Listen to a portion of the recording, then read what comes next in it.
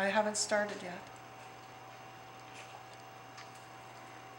White tap, Gloria Morgan here. Yawyat Ashkakat Laboons. Today I'm going to make some Indian tea. First thing we're going to put in this pot of water, quite a bit of water, is yaourt. Yaourt, a really strong medicine for our people.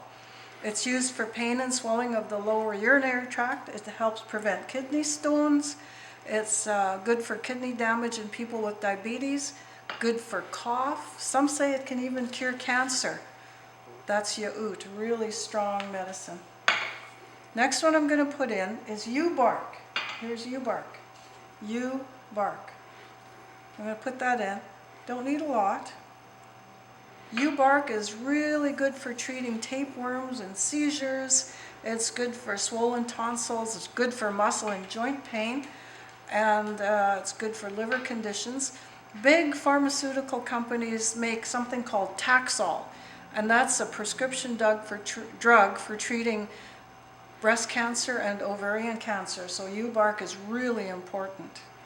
Next thing I'm going to put in is Devil's Club. There's Devil's Club. I'm going to put Devil's Club in. Devil's Club is good for arthritis. It's good for cancer.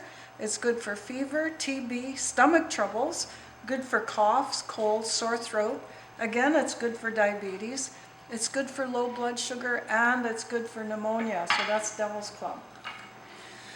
I'm going to put in some Indian tea. We all know about Indian tea, also called trapper's tea.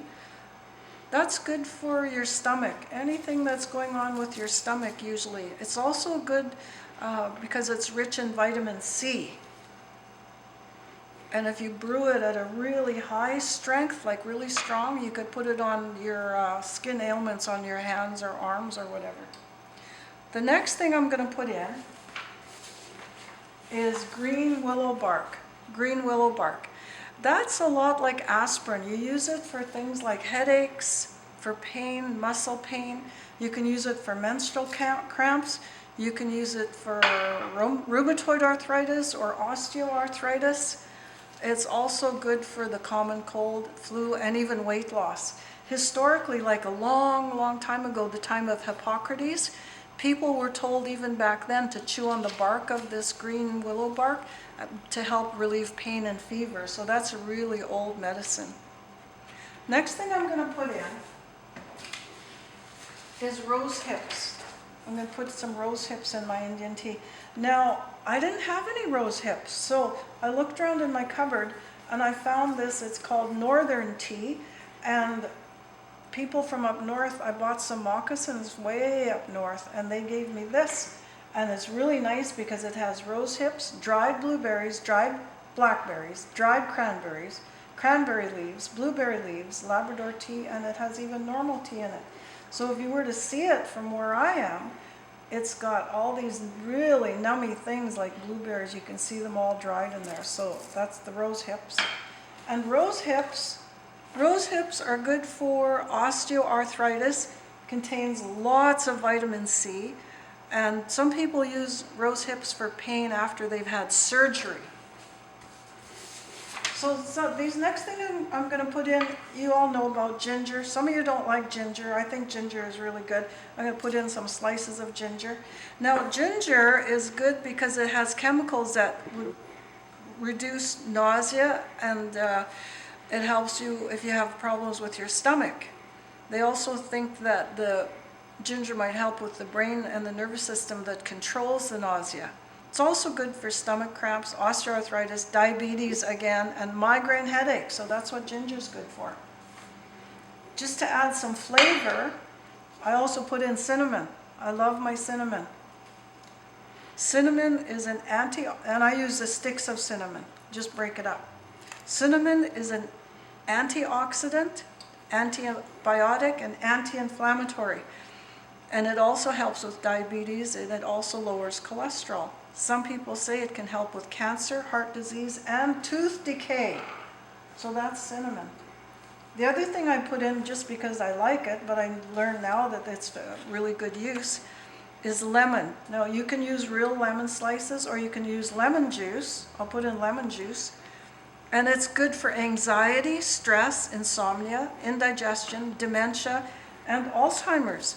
So if you're getting older, like me, you can use a lot of lemon. It'll help you with things that bother you when you get old. And that's all I'm going to put in. You can put in honey if you like your tea a little bit sweeter, because I always put in some honey. I'm going to give it a little stir. And you're going to boil that for at least 5 minutes, at least. Otherwise, it'll bother your stomach. It's got to boil at least 5 minutes. Now, this might go out of focus, but I'm just showing you, I keep all my ingredients in airtight containers. I dry them and keep them in airtight containers. Now, I label them so I know exactly what it is. So you're going to let that come to a boil and boil it for at least 5 minutes. And I've already prepared some tea. This is a really full pot of tea. And what you can do is, I got to get my cup, sorry. When it's been boiling at least 5 minutes, you get your strainer and your cup, because you don't want to be drinking tea and having all kinds of things go down in between your teeth and so on. So you just strain it, and there's your Indian tea, really good strong medicine. You can drink it like this, nice and hot, or you can add some cold water. There's my honey. I'm going to put some honey in. You can put cold water to cool it off, or you can drink it cold. But you can put this in the fridge, and it'll last for a week or so. But what I'm going to do is give some to my sisters and my brothers and cousins and aunties and uncles, everybody that wants some, and they can have some of this really good Indian medicine tea. It'll help you with just about everything. Okay, that's it. I'm going to go share some now with my family. Take care, everybody.